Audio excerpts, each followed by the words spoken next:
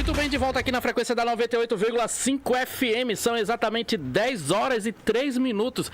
Você já sabe que toda quarta-feira nós temos esse encontro marcado aqui com a doutora Fábia Valois, ela que é advogada especialista em Direito do Trabalho. Bom dia, doutora. Bom dia a todos.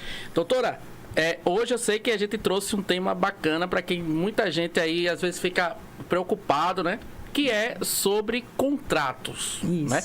Mas antes, deixa eu só falar aqui com o pessoal do YouTube, né? Dizer que estamos ao vivo também pelo canal do YouTube. Você que está na FM ouvindo, ou então está no aplicativo, quer assistir a gente, vai lá no YouTube, tá certo? Rádio FM, a Voz da Liberdade.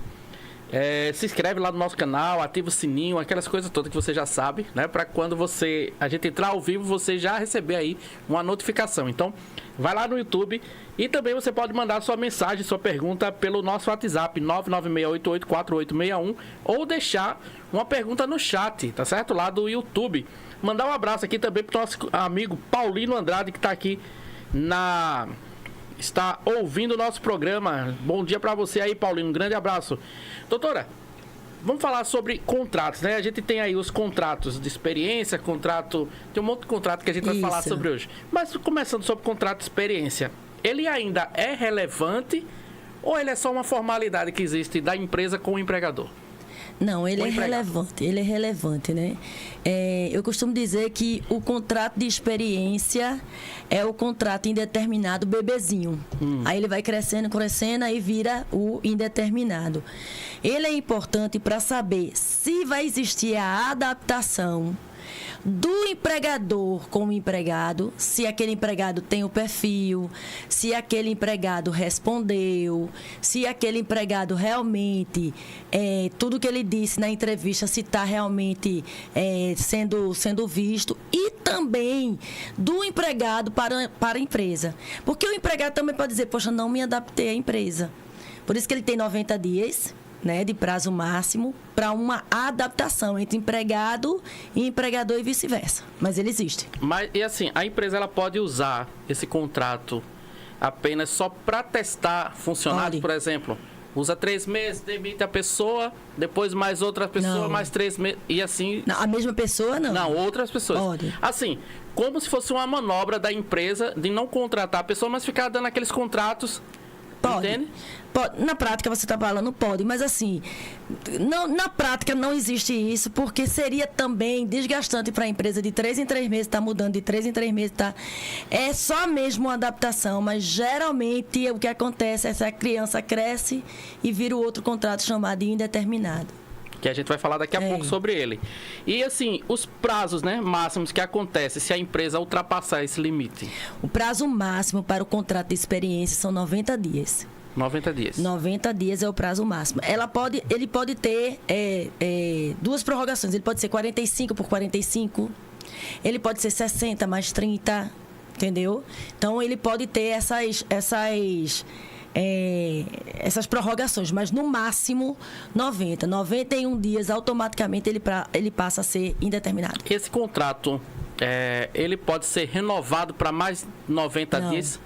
Ele precisa... experiência, não. Ou ele então... 91 dias ele já vira indeterminado. Era isso que eu ia pensar. Pelo que eu estou entendendo, então, passou os 90 dias, ou a empresa coloca para fora e diz, não, a gente não adaptou, né? Exatamente. Ou então, isso. Ele vira um indeterminado. Ele vira o contratado mesmo, aquele que é contratado, a gente está ali contratando. Certo. E quando é que o contrato de experiência ele se converte automático num contrato por prazo indeterminado? 91 dias, no dia seguinte. A partir dos 91 dias ele já né? Depois dos 90, no dia seguinte, ele é automaticamente indeterminado.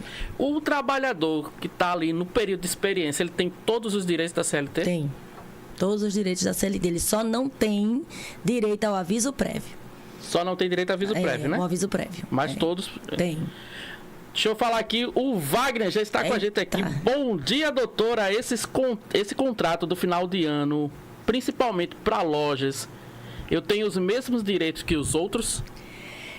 Veja só, se o contrato for aquele contrato temporário, que é geralmente o que existe, é o temporário. O que é o contrato temporário? Existe uma empresa prestadora de serviço que ela tem várias pessoas ali no quadro dela. e existe a tomadora de serviço. Certo. Entendeu? Como ela já tem esse acervo, ela começa a mandar para aquela tomadora, para aquela tomadora, para aquela tomadora, porque geralmente no final do ano, esses vendedores, em que as empresas precisam de vendedores porque a demanda da venda aumenta. Então, não gera vínculo para o tomador. Esse tomador de serviço não gera. Mas essa contratante aqui, essa empresa que é a que contrata mesmo, a que é da prestadora de serviço, vai pagar INSS, tem todos os direitos. O problema é que, às vezes, esse temporário é tão bom, tão bom, tão bom que a empresa contrata.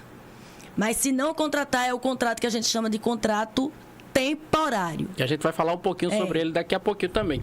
Mas esse contrato de experiência, doutora, por exemplo, a empresa, pela pessoa estar no contrato de experiência ainda, como diz o próprio nome, né? É uma experiência que a empresa está fazendo, tanto o empregado quanto o empregador. Ela pode pagar menos ao funcionário ou tirar algum benefício por estar no período de contrato de experiência? Não, veja, a CCT pode admitir que em alguns direitos ele pode não ter enquanto está no contrato de experiência. Mas os contratos básicos da CLT ele vai ter. Tanto é que acontece muito com empregada doméstica. Depois dos 3 meses, se houver a adaptação daquela nova contratada, aí o patrão tem a mania de assinar depois de 3 meses. Não. O contrato de experiência, se eu cheguei hoje, é para assinar hoje. Eu posso deixar de ganhar um ou outro direito que venha de uma CCT ou de uma ACT. Por exemplo?